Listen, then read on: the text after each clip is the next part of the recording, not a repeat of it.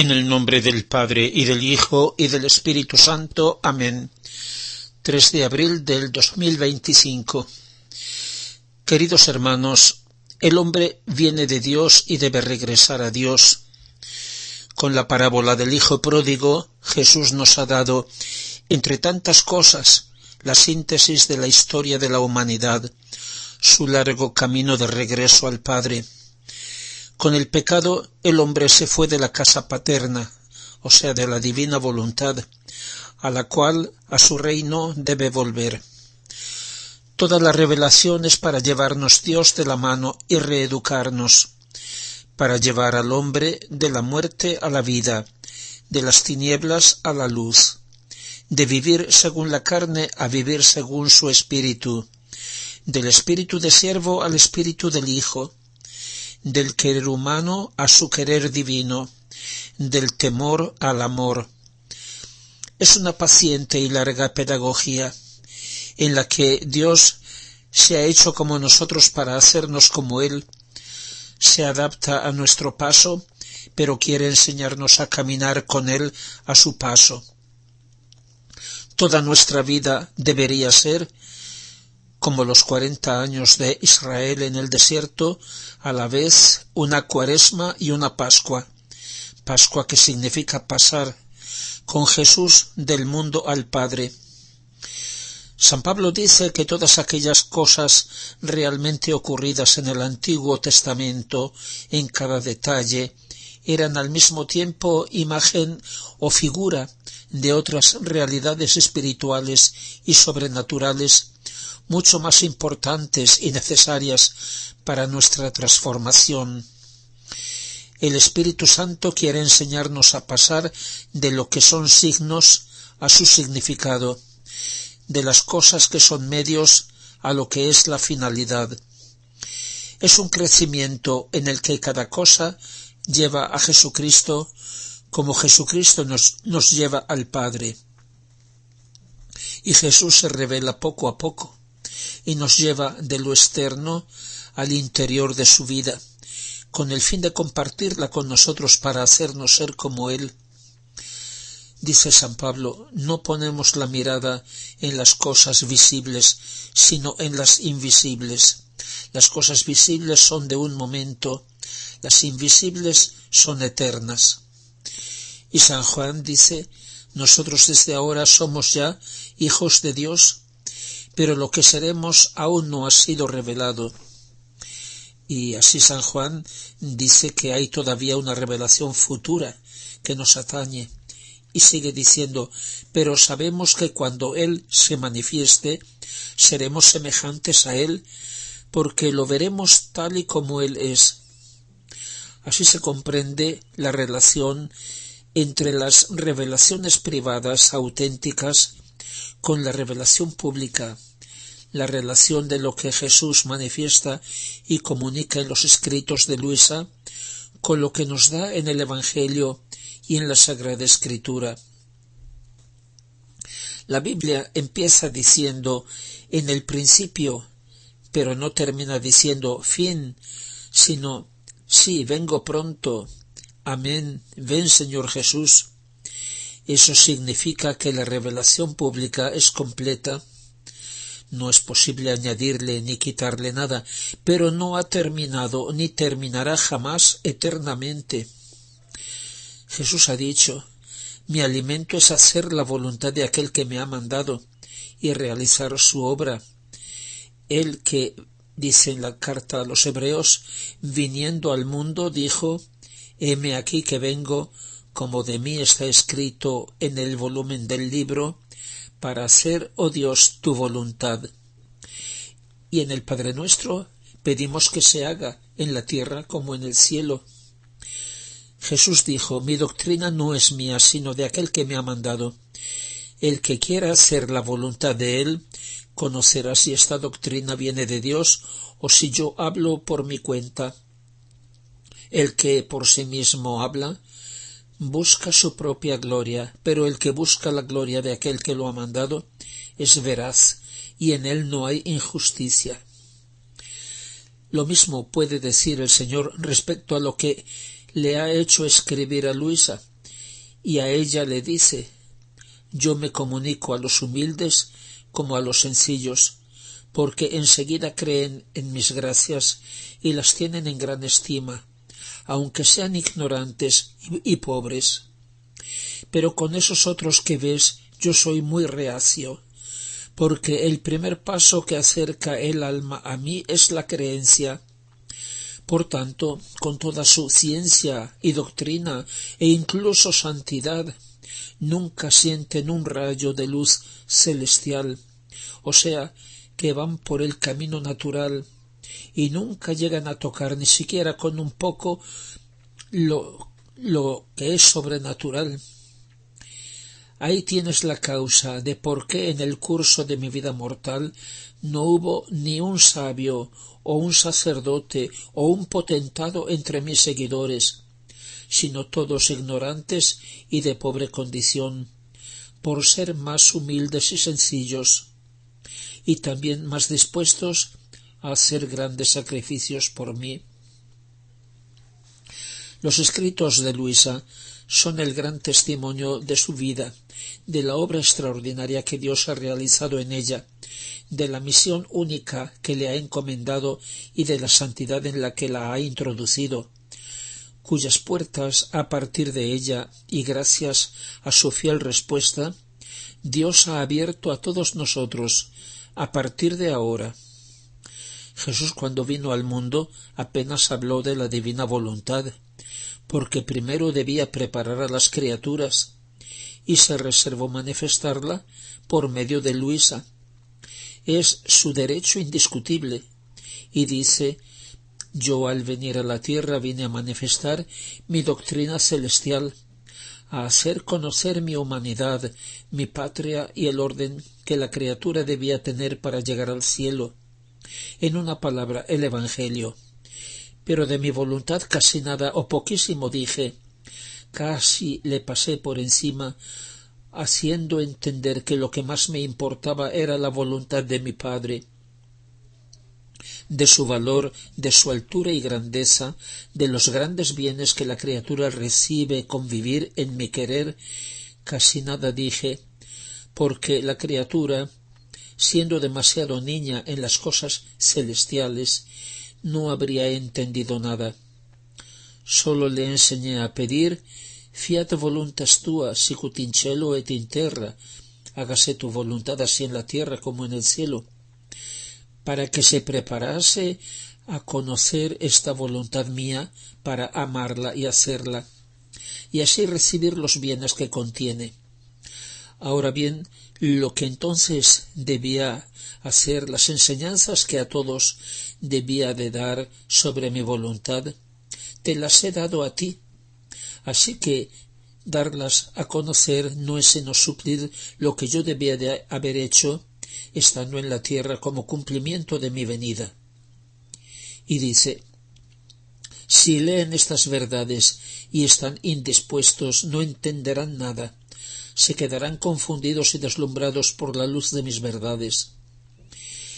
La santidad en mi querer no se conoce todavía, por eso se asombran tanto, porque cuando se conoce una cosa cesa el asombro. Qué gracia es para ti conocerla. Para entrar en el querer divino basta quitar el obstáculo, nuestro propio querer. Basta quererlo y ya está. Pero, dice, el que no está vacío del todo de su querer, de su propia voluntad, no puede tener un conocimiento cierto del mío, porque el querer humano forma una nube entre el mío y el suyo, e impide conocer el valor y los efectos que mi querer contiene. Dice: basta que quieran y que dejen a un lado el querer humano, y el querer divino se hará respirar por el alma, y le dará la vida, los efectos, el valor de la vida de mi querer. Pero si no lo conocen, ¿cómo podrán querer un vivir tan santo? Le dice: no te extrañes, si ves que no comprenden.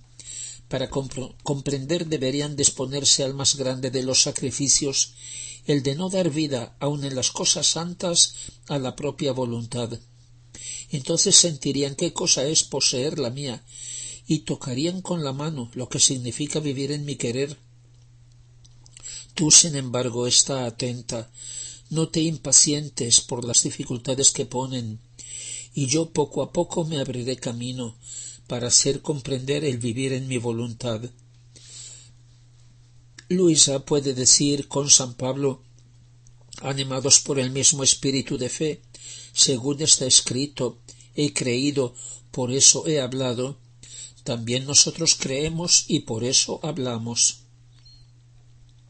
Luisa, precisamente porque ha tenido este don supremo de la divina voluntad, ha podido, por consiguiente, hablar de este vivir en la voluntad de Dios, ella la primera, con una luz y una competencia como nadie antes ni después ha podido hacerlo en la Iglesia.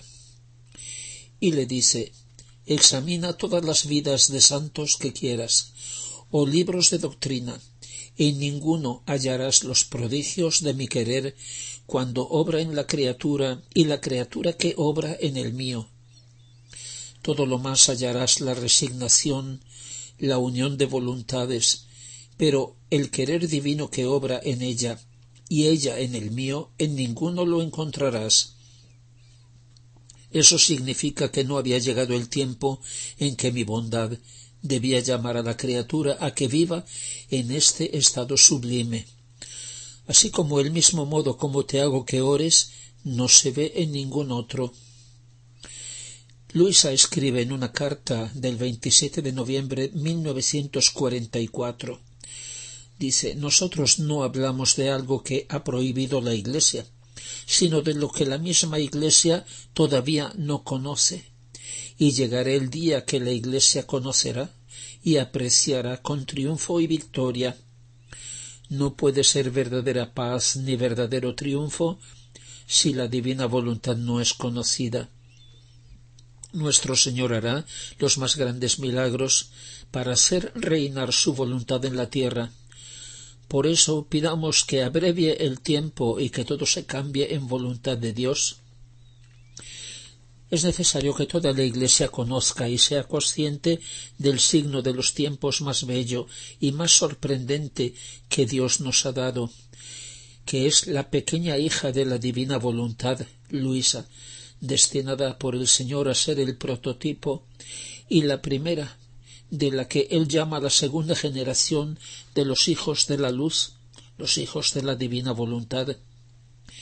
Ella es, según el Señor, la trompeta que ha de convocar esta nueva generación tan ardientemente suspirada.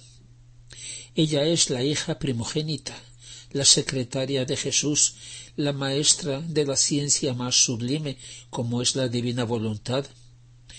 Estos son algunos de los nombres con los que tantas veces Él la indica. Jesús la instruye en particular sobre la oración, teniendo presente que más que rezar, el Señor quiere que seamos oración en Él. Oración que es amor que adora, amor que repara, amor que comparte todo con el amado, amor que le rinde honor y gloria, amor que intercede, amor que le da las gracias, amor que lo ama por todos y en todas las obras de Dios. Vivir en la divina voluntad es eso, un estado de perfecta comunión con Él.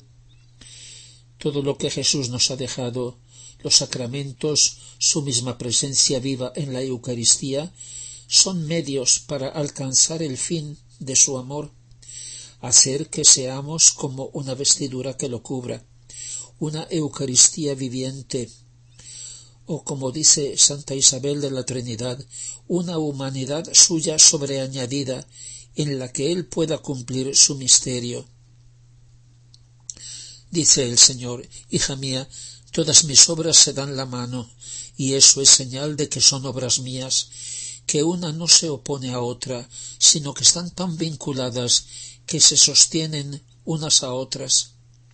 Tan es verdad que, debiendo formar mi pueblo elegido, del cual y en el cual había de nacer el futuro Mesías, de ese mismo pueblo formé el sacerdocio que instruía al pueblo y lo preparaba al gran bien de la redención.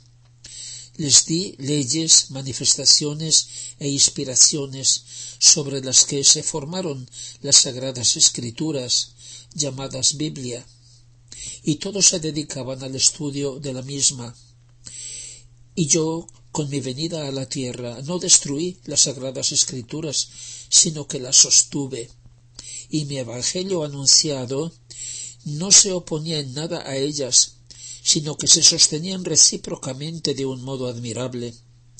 Y formando la nueva Iglesia naciente, formé el nuevo sacerdocio que no se separa de las Sagradas Escrituras ni del Evangelio. Todos están atentos a ellas para instruir a las gentes, y si alguien no quisiera tomar de esta fuente saludable, se puede decir que no me pertenece, porque son la base de mi Iglesia y la misma vida con la que se forman las gentes. Ahora, lo que yo manifiesto sobre mi voluntad divina y que tú escribes se puede llamar el Evangelio del reino de la voluntad divina. En nada se opone ni a las Sagradas Escrituras ni al Evangelio que yo anuncié estando en la tierra, sino que se puede decir que es sostén de uno y de otras, y por eso llamo a los sacerdotes y permito que vengan para que lean el Evangelio todo de cielo del reino de mi fiat divino, para decirles, como dije a los apóstoles, predicadlo en todo el mundo, porque yo me sirvo de mis obras y del sacerdocio, y como antes de mi venida tuve el sacerdocio para preparar al pueblo y el sacerdocio de mi Iglesia para confirmar mi venida, y todo lo que yo hice y dije, así tendré el sacerdocio del reino de mi voluntad. Para eso servirán las muchas cosas que te he manifestado, tantas verdades sorprendentes, las promesas de tantos bienes que debo dar a los hijos del fiat voluntas tua.